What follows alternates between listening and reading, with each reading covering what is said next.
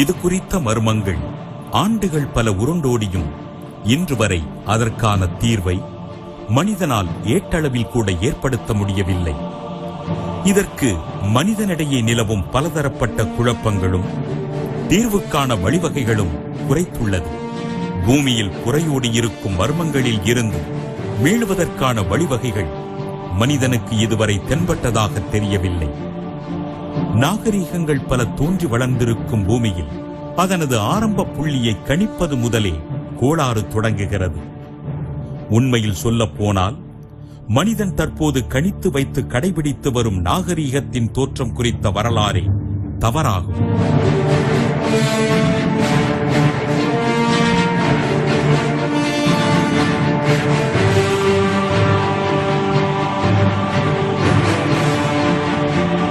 மனிதன் உயிர்கள் தோன்றியிருக்காது என கணித்து வைத்திருந்த காலத்தில்தான் மனித இனமானது பூமியில் முதன்முறையாக நவீன நாகரீகம் மற்றும் நவீன அறிவியலின் உச்சத்தை அடைந்திருக்கிறது. இதற்கு பூமியில் இன்று வரை வாழ்ந்து சிதைந்து வரும் பகுதிகளே சாட்சியாகும். கொபெக்லி டெபே இது மனிதனால் எவரும் பயன்படுத்த முடியாத பகுதியாக மாற்றியமைக்கப்பட்டுள்ளது என்றாலும் இங்குதான் மனிதன் கற்பனை கூட செய்து பார்க்க முடியாத காலத்தில் மனிதன் வாழ்ந்ததற்குரிய எச்சங்கள் உள்ளன. கொபெக்லி டெபேவில் வாழ்ந்த மனிதர்கள் கல்லை ஆதாரமாக வைத்து நெருப்பை தோற்றுவிக்க பாடுபடவில்லை. மாறாக விண்ணுலகை ஆராயவும் விண்கல்லினை திசை திருப்பவுமே வாழ்ந்து வந்துள்ளனர். துருக்கி நாட்டின் தென்கிழக்கு பகுதியில் புர்ஃபா என்ற ஊரிலிருந்து சுமார் 6 மைல் தொலைவில் 2493 அடி உயரத்தில் கொபெக்லி டெபே என்ற பகுதியில் பண்டைய நகரமானது கண்டுபிடிக்கப்பட்டுள்ளது.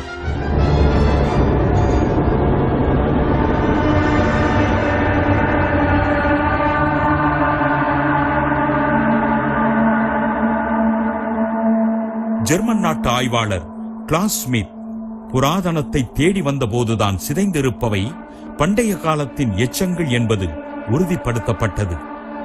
கண்டுபிடிக்கப்பட்ட நகரமானது 13,000 ஆண்டுகள் பழமை வாய்ந்ததாகும். இங்கு சிதைந்த நிலையில் தென்படும் கோயில்தான் உலகின் முதல் கோயிலாக இருக்கும் என கருதப்படுகிறது. சுமார் 22 ஏக்கர் நிலப்பரப்பில் மிக பிரம்மாண்டமானதொரு கோயிலானது கட்டப்பட்டுள்ளது. பொதுவாக இதுபோன்ற மத அடிப்படையிலான வழிபாடுகள் அனைத்தும் நிலையான ஒரு மனித இனம் உருவான பின்பே தோற்றம் பெறும். அதாவது உண்ண உணவுக்கான வழியாக விவசாயம் தோற்றுவிக்கப்பட்டு முறையாக பயிர் செய்து அதன் மூலம் பொருள் ஈட்டி நல்லதொரு சமூகத்தை உருவாக்கி அதன் பின்புதான் வழிபாடு அதற்கென ஒரு அமைப்பு என உருவாகும். இதுதான் வழிமுறை. ஆனால் தற்போது கண்டுபிடிக்கப்பட்ட பண்டைய நகரத்தின் வயதிற்கும் அங்கு அமைந்துள்ள மிக பிரம்மாண்டமான கோயிலின் உருவாக்கமும் மனிதனின் நவீன நாகரிக காலத்தினை மிகப்பெரிய அளவில் பின்னோக்கி நகர்த்துகிறது.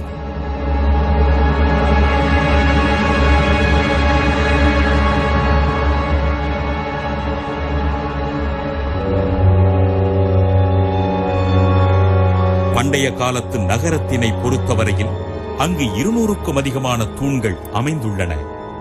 தூண்கள் அனைத்தும் 20 வட்டங்களில் அமைந்துள்ளன. ஒவ்வொரு தூணும் 20 அடி உயரத்திற்கு 20 டன் எடையுடன் நின்று வருகிறது. இத்தூண்களின் அமைப்பானது கட்டிடங்களின் நடுவே அமைந்திருப்பது போன்று தோற்றமளிப்பதாக ஆய்வாளர்கள் தெரிவிக்கின்றனர். மேலும் பண்டைய காலத்து ஸ்டோன்ஹெஞ்ச் ஒன்றும் இங்கு கண்டுபிடிக்கப்பட்டுள்ளது. இதில் கவனிக்கப்பட வேண்டிய மற்றொரு பிரதானமான உண்மை என்னவெனில் ஒவ்வொரு தூணிலும் விலங்குகளின் உருவங்கள் செதுக்கப்பட்டுள்ளன. அவ்வுருவங்கள் அனைத்தும் தற்காலத்தில் வாழ்ந்து வரும் விலங்குகளின் உருவங்களை பிரதிபலிக்கிறது. அத்துடன் இந்நகரத்தில் மிகவும் செழிப்பான விவசாயம் நடந்திருப்பதற்கான ஆதாரங்கள் தென்படுவதாகவும் ஆறுகள் இருந்ததாகவும் நாள்தோறும் பல மக்கள் கற்களை கொண்டு இப்பகுதியில் பண்டைய காலத்தில் வேலை செய்திருப்பதாகவும் ஆய்வாளர்களால் உறுதிப்படுத்தப்படுகிறது. ஆரம்பத்தில் இப்பகுதியை ஆய்வுக்கு உட்படுத்திய அமெரிக்காவின் சிகாகோ பல்கலைக்கழக ஆய்வாளர்கள் மிக உயரமான மலைப்பகுதியில் அமைந்திருப்பது இடுகாடு என கருதி ஆய்விலிருந்து பின்வாங்கினர். ஆனால் அதன் பின்பு ஆய்வு மேற்கொண்ட கிளாஸ் இங்கு இருப்பவைகளை கொண்டு ஆய்வு நடத்தி பண்டைய காலத்து பகுதியை உலகிற்கு அறிமுகம் செய்தார்.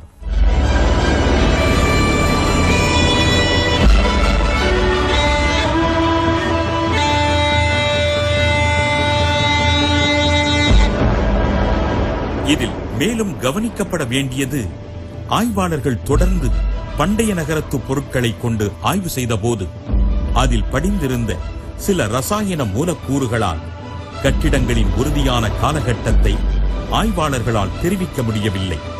அத்தோடு கிடைத்த படிமங்கள் மூலமாக அது சிதைவுற்ற காலத்தை மட்டுமே ஆய்வாளர்கள் தெரிவிக்கின்றனர். மிகப்பெரியதொரு பிரம்மாண்டமான நாகரீகமான நகரத்தை பண்டைய காலத்திலேயே எவ்வாறு வடிவமைத்தார்கள் என்பது புதிராகவே உள்ளது. கற்களை கொண்டு இதுபோன்றதொரு வடிவத்தை ஏற்படுத்தவும், கோயிலினை பிரம்மாண்டமாக அமைக்கவும், ஸ்டோன்ஹெஞ்சை நிறுவவும் ஏற்பட்ட அவசியம் மர்மமாகவே உள்ளது.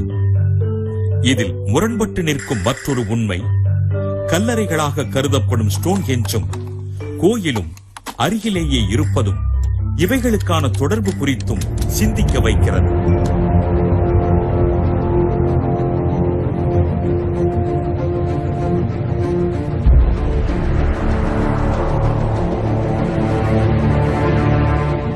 ஸ்டோன்ஹெஞ்ச் என்பது கல்லறைகளாகவே பார்க்கப்பட்டு வந்த நிலையில் தற்போது அதனது கூற்றும் உடைந்து போகிறது.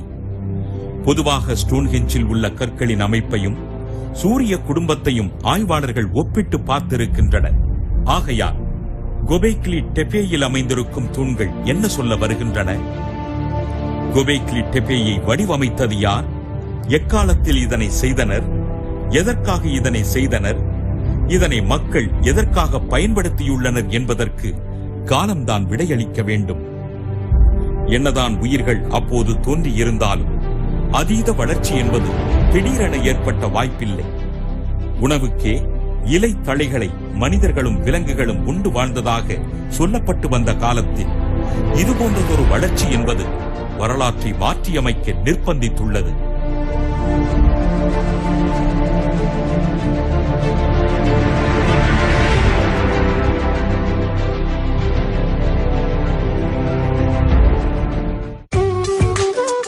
அண்டம் இடைவேளைக்கு பிறகு தொடரும்.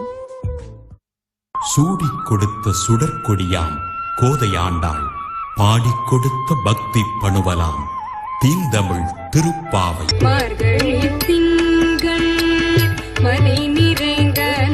மார்கழி மாதத்திலே பூரண நிலவு பொழிந்து விளங்கக்கூடிய மிகச்சிறந்த நாள். இந்த நாளிலே நாமெல்லாம் சென்று நீராடலாம்.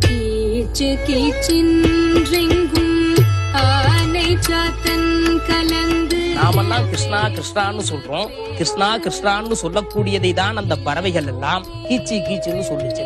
மாணிக்க வாசகங்களால் மனதினை உருக வைக்க தேமதுர தமிழாராய் திரண்டு வரும் திருவம்பாவம். ஆதியும் மந்தமும் ஆதின்னா தொடக்கம், அந்தம்னா முடிவு. இறைவனுக்கு தொடக்கமும் இல்லை, முடிவும் இல்லை. நானே நீ நேற்றுக்கு என்ன சொன்னேன்? நாளை வந்துங்களை நானே எழுப்புவேன் என்று சொன்னாய். அப்படி சொன்னவன் இன்னைக்கு எங்க போனான்னே தெரியல.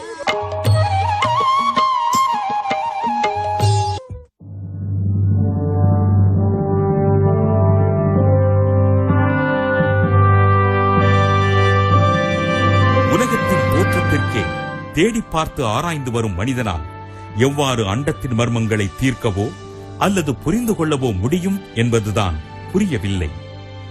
எனினும் உலகத்தினை சுற்றி வளைத்திருக்கும் புரியாத நகரங்களோடு சில புரியாத பொருட்களும் மனிதனை அச்சுறுத்தித்தான் வருகிறது. அதில் முக்கிய பங்கு வகிப்பது கணினி. நவீன காலத்து கண்டுபிடிப்பாக பார்க்கப்படும் கணினியானது தற்காலத்து மனிதனின் கண்டுபிடிப்பே அல்ல. இனி அதனை கண்டுபிடித்தது யார் என தேடி பார்த்தால்தான் விடை கிட்டும். காரணம், கணினியானது கிறிஸ்து பிறப்பதற்கு பல்லாயிரம் ஆண்டுகளுக்கு முன்பே வழக்கத்தில் இருந்து வந்த ஒரு பொருளாகும். ஆன்டிகி தெரா மெக்கானிசம் என்று அழைக்கப்படும் இது அனலாக் வகையை சேர்ந்த கணினியாகும்.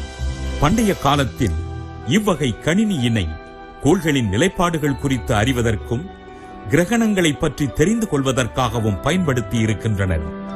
கிரீஸ் நாட்டில் நடத்தப்பட்ட கடலாய்வு பணியின் போது ஆய்வாளர்கள் கணினியை கண்டுபிடித்தனர். பல்லாயிரம் ஆண்டுகளுக்கு முன்பே தொழில்நுட்பத்தில் மிகப்பெரிய புரட்சியை ஏற்படுத்தி அறிவியலில் வளர்ந்திருந்த போதும் திடீரென ஏற்பட்ட மிகப்பெரிய தாக்கம் அனைத்தையும் அழித்து மீண்டும் மனிதனை கற்காலத்திற்கே கொண்டு சென்றுள்ளது.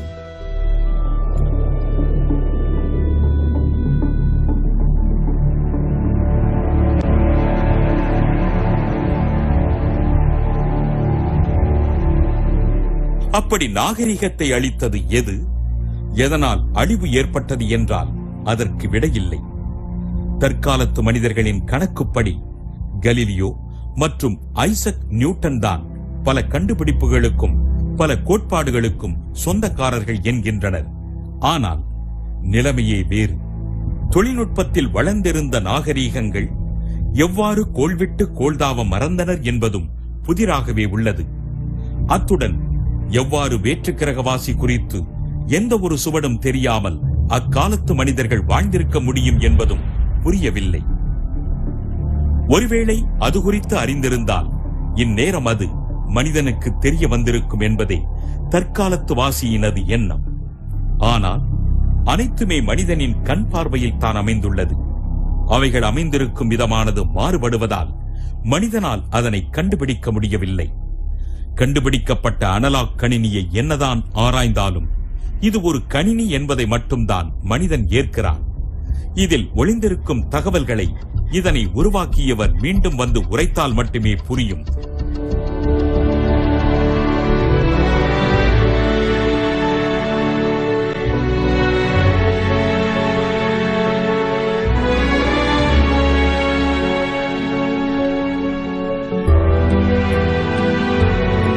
வரலாற்று சுவடாகவே இதுபோன்ற கண்டுபிடிப்புகளை பார்த்து வரும் மனிதனுக்கு 14ஆம் நூற்றாண்டுதான் பூமியில் வளர்ச்சி காலூன்ற ஆரம்பித்த முதல் படியாகும். எனினும் இதனை மாற்றி அமைக்க அவ்வப்போது சில மனிதர்கள் தோன்றிய வண்ணம் இருக்கிறார்கள். இவர்களை இண்டிகோ மனிதர்கள் என அறிவியல் சொல்லுகிறது. பொதுவாக மனித மூளையின் செயல்பாடுகள் மனிதன் இறந்ததோடு அவனது நினைவுகளும் அதனது செயல்பாடுகளும் முற்றிலுமாக அழிந்து விடுகிறது என்கிறது அறிவியல். ஆனால் இதில் கூட தவறு நேர்ந்திருக்கிறது. இத்தவறை அதிகாரப்பூர்வமாக நிரூபிக்க இயலாது என்றாலும் அறிவியல் இதனை மறுக்கவில்லை. இறந்தவர் மூளையில் இருந்த நினைவுகள் புதிதாக பிறக்கும் குழந்தையிடம் காணப்படுவது எப்படி என்பதை எவராலும் இதுவரை கண்டுபிடிக்க முடியவில்லை. 2 வயது குழந்தையும் 3 வயது குழந்தையும் நாடு விட்டு நாடு தாண்டி நடந்த வரலாற்றினை கூறுவதும் அதில் தங்களது பங்களிப்பினை கூறுவதும் விசித்திரமாக இருப்பதோடு குழந்தைகள் தெரிவிக்கும் நிகழ்வுகள் உண்மை என்கிறது ஆய்வு. இது எவ்வாறு சாத்தியம் என்பது புதிராகவே உள்ளது. உளவியல் வல்லுநர் மருத்துவர் இயான் ஸ்டீவன்சன் இதுபோன்ற நிகழ்வுகள் உண்மைதான் என்கிறார்.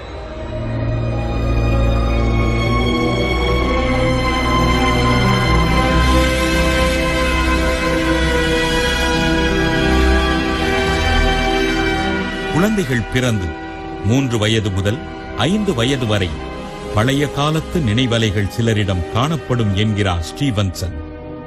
லெபனான் நாட்டைச் சேர்ந்த ஐமாட் இலாவர் என்கிற 5 வயது குழந்தை ஆய்வுக்கு உட்படுத்தப்பட்டது.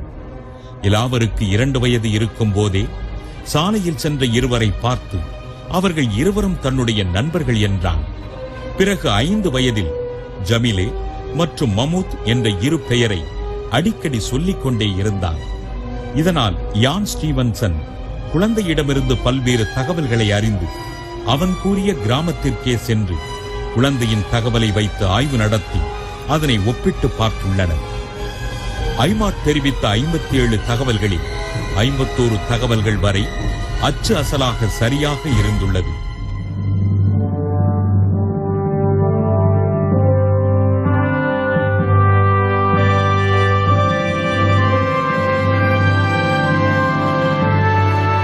அதன்படி ஐமாட் கூறி வந்த 2 பெயர்களில் ஒருவர் தனது மாமா என்றும் மற்றொருவர் தனது மனைவி என்றும் தெரிவித்திருந்தான். கிராமத்தில் உள்ள வீட்டுக்கு சென்றதும் புகைப்படங்களை கொண்டு அடையாளம் தெரிவித்தான். அப்போது தான் வைத்திருந்த துப்பாக்கியையும் நினைவு கூர்ந்தான். கூடவே ராணுவத்தில் பணிபுரிந்த தனது அனுபவத்தையும் பகிர்ந்து கொண்டான். இது எப்படி சாத்தியம் என தெரியவில்லை. இதுபோன்ற நிகழ்வுகள் பல உள்ளன. அண்டத்தில் அழிவுற்ற கோள்கள் பற்றியும், செவ்வாயில் உயிர்கள் வாழ்ந்து உள்ளது, அங்கு இன்னமும் வாழ்ந்து வருகிறது என தெரிவித்த ரஷ்ய சிறுவன் போரிஸ்கோவின் கூற்றும் ஆரம்பத்தில் எள்ளி நகையாடப்பட்டது. பின்பு அது ஏற்றுக்கொள்ளப்பட்டது. அறிவியல் என்னதான் ஆய்வு மேற்கொண்டாலும் இதனை அப்பட்டமாக நிரூபிப்பது கடினம். இறந்த மனிதனுக்கும் பிறந்த மனிதனுக்குமான ஒப்பீடுகளை ஏற்படுத்தி இருவருக்குமான தொடர்பினை உண்டாக்குவது கடினம் என்றாலும் நடப்பவைகளை தவறு என நிரூபணம் செய்ய எந்த ஒரு ஆதாரமும் இல்லை.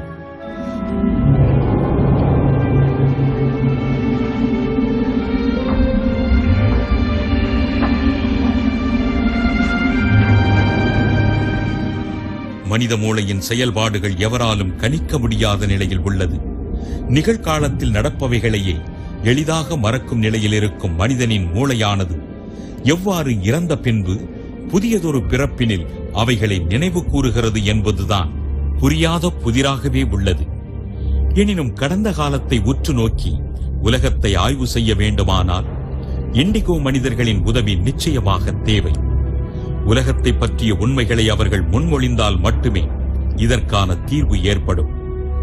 பொதுவாக புதிய பிறப்பின் போது இறந்த காலத்தை நினைவு கூறுவது குறித்து நிரூபிக்க முயல்வதை விட்டுவிட்டு உலகத்துக்கு தேவையான பொதுவான தகவல்களை ஆய்வு செய்ய நேர்ந்தால் வரலாற்றை மாற்றியமைக்க வழிவகை செய்யும். எனினும் மனிதனின் இந்நிலைப்பாடு குறித்து ஏராளமான ஆய்வாளர்கள் ஆய்வு நடத்தி வருகின்றனர். மனிதர்கள் உறங்கும் போதும் அவர்களின் மூளையானது விழிப்புடன் இயங்கி வருகிறது. சொல்லப்படும் வார்த்தைகளுக்கான பொருளை புரிந்து அதற்கேற்ற செயல்களையே காட்சிப்படுத்தும் அளவுக்கு மனித மூளையானது மனிதர்கள் உறங்கும் போதும் செயல்படுவதை ஆய்வாளர்கள் நிரூபித்துள்ளனர்.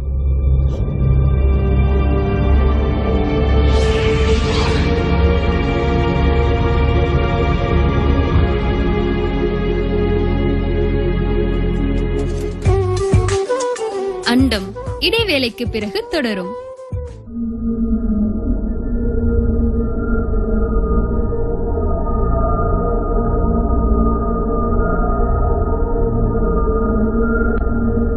மனித மூளையின் செயல்பாடுகள் குறித்து ஆராய்வதற்காக கேம்பிரிட்ஜ் பல்கலைக்கழகத்தைச் சேர்ந்த ஆய்வாளர்கள் நுணுக்கமான சில ஆய்வுகளை மேற்கொண்டனர்.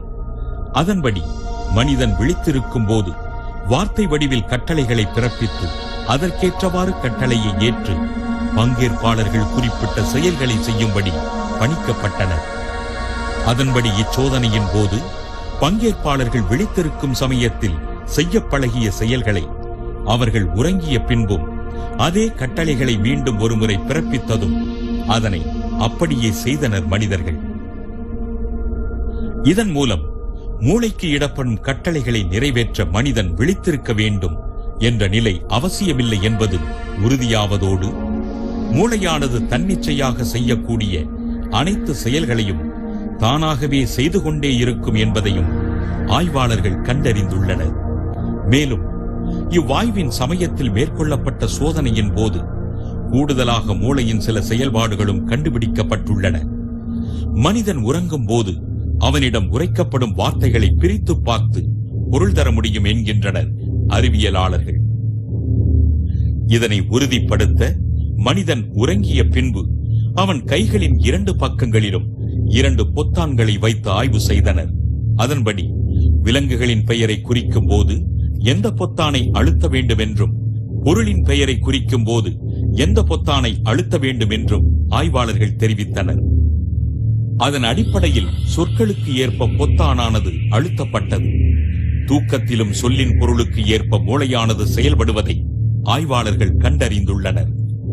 ஒட்டுமொத்த சோதனைகளையும் EEG என்று அழைக்கப்படும் எலக்ட்ரோ என்செபலோகிராமை கொண்டு மூளையின் அனைத்து செயல்பாடுகளும் பதிவு செய்யப்பட்டது.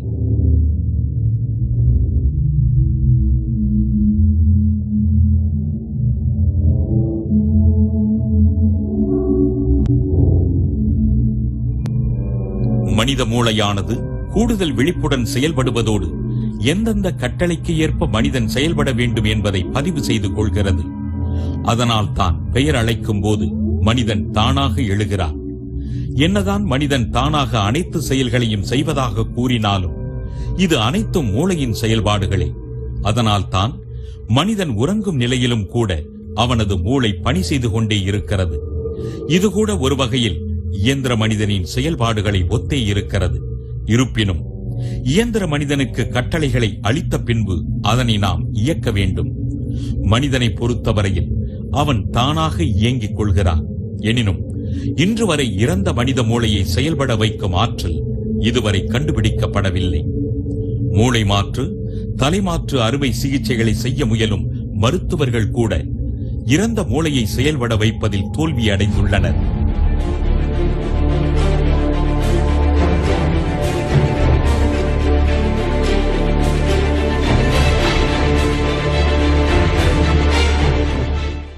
இருப்பினும் இதயத்தில் முன்னேற்றமானது அடைந்துள்ளனர். அதுவும் தற்காலத்தில்தான் இறந்த இதயத்தை செயல்பட வைத்துள்ளனர். இதய துடிப்பு செயலிழந்த பிறகு அதை மீண்டும் இயக்க வைத்து அதனை மற்றொரு மனிதனுக்கு பொருத்தி இறந்த மனிதனை உயிர் பிழைக்கச் செய்துள்ளனர். இம்முறையினை செயல்படுத்தி வெற்றி கண்டவர்கள் ஆஸ்திரேலிய நாட்டு மருத்துவர்களாகும். பொதுவாக இதயமாற்று அறுவை சிகிச்சையானது மூளை செயலிழந்த மனிதனின் துடிக்கும் இதயத்தை எடுத்து அதனை பாதுகாத்து மற்றொருவருக்கு பொருத்தி செயல்பட வைப்பார்கள். ஆனால் இதற்கு முன்பு வரை இறந்தவரின் இதயம் பயன்படுத்தியதில்லை. ஆஸ்திரேலியாவின் சிட்னி நகரில் உள்ள சென்ட் வின்சென்ட் மருத்துவமனையில் இதய நோயாளிகள் 3 பேருக்கு தானமாக பெறப்பட்ட இறந்தவர்களின் இதயத்தை பொருத்தி அதனை செயல்பட வைத்துள்ளனர்.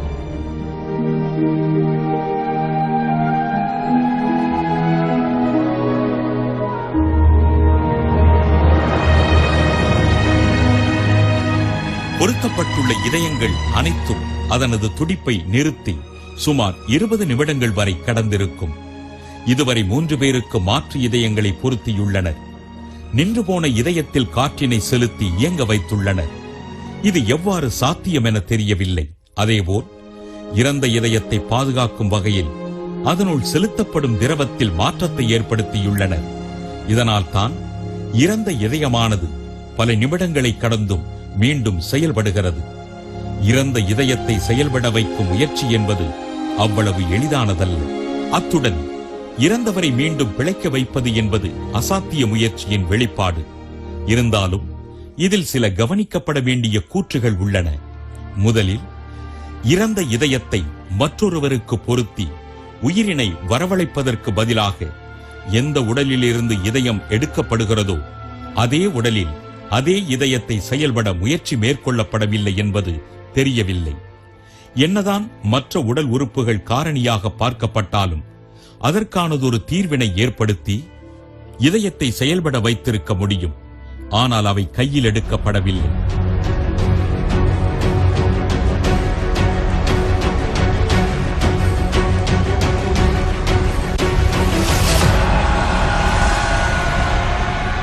அடுத்து, இதுபோன்ற உடல் உறுப்பு மாற்று செய்யும் போது மனித உடலில் உள்ள நோய் எதிர்ப்பு சக்தியை முற்றிலுமாக குறைத்தே உடல் உறுப்பினை மாற்று உடலில் பொருத்துகின்றனர். இதனால் மாற்று உறுப்பு பொருத்தப்பட்ட மனிதன் எளிதில் பிணையில் உட்படும் நிலைக்கு தள்ளப்படுகிறான். மாற்று உறுப்பு பொருத்தப்பட்ட மனிதன் அதிக மக்கள் கூட்டம் நிறைந்த பகுதியிலோ, தூசுகள் நிறைந்த பகுதியிலோ, தூய்மை இல்லாத பகுதியிலோ பயணிக்க முடியாது. ஒருவேளை அதுபோன்ற இடங்களுக்கு பயணிக்க நேரிட்டால் பிணியில் ஆட்கொள்ளப்பட்டு இறக்கும் நிலைக்கு தள்ளப்படுவார்கள். ஏன் இதற்கு மருத்துவர்களால் மாற்று வழியினை கண்டுபிடிக்க முடியவில்லை என்பது மட்டும் புதிராகவே உள்ளது. பொதுவாக மனித உடலானது இயற்கையில் தோன்றி உடலோடு வளர்ந்த உறுப்பினை தவிர வேறு எந்த பாகத்தையும் ஏற்றுக்கொள்ளாது. ஒருவேளை மாற்று உறுப்பு செலுத்தப்பட்டால் அவ்வுறுப்பு செயல்பட ஒத்துழைக்காது. அதன் காரணமாகத்தான் உடலில் உள்ள நோய் எதிர்ப்பு சக்தியை முற்றிலுமாக குறைத்து அதன் பின்பே மாற்று உறுப்பினை பொருத்தி செயல்பட வைக்கின்றனர். நிலைமை இவ்வாறு இருப்பதால் தான் மாற்று உறுப்பு பொருத்திய மனிதர்களால் நீண்ட நாட்கள் உயிர் வாழ முடிவதில்லை. இயற்கைக்கு சவால் விடும் வகையில் மரணத்தை வெற்றி கொள்ள நினைக்கும் மனிதனின் எண்ணமும் அவனது திட்டமும் கற்பனைக்கு கூட எட்டாத சாதனையாகும். என்றாலும் மரணத்தை மிஞ்சுவது அவ்வளவு எளிதல்ல.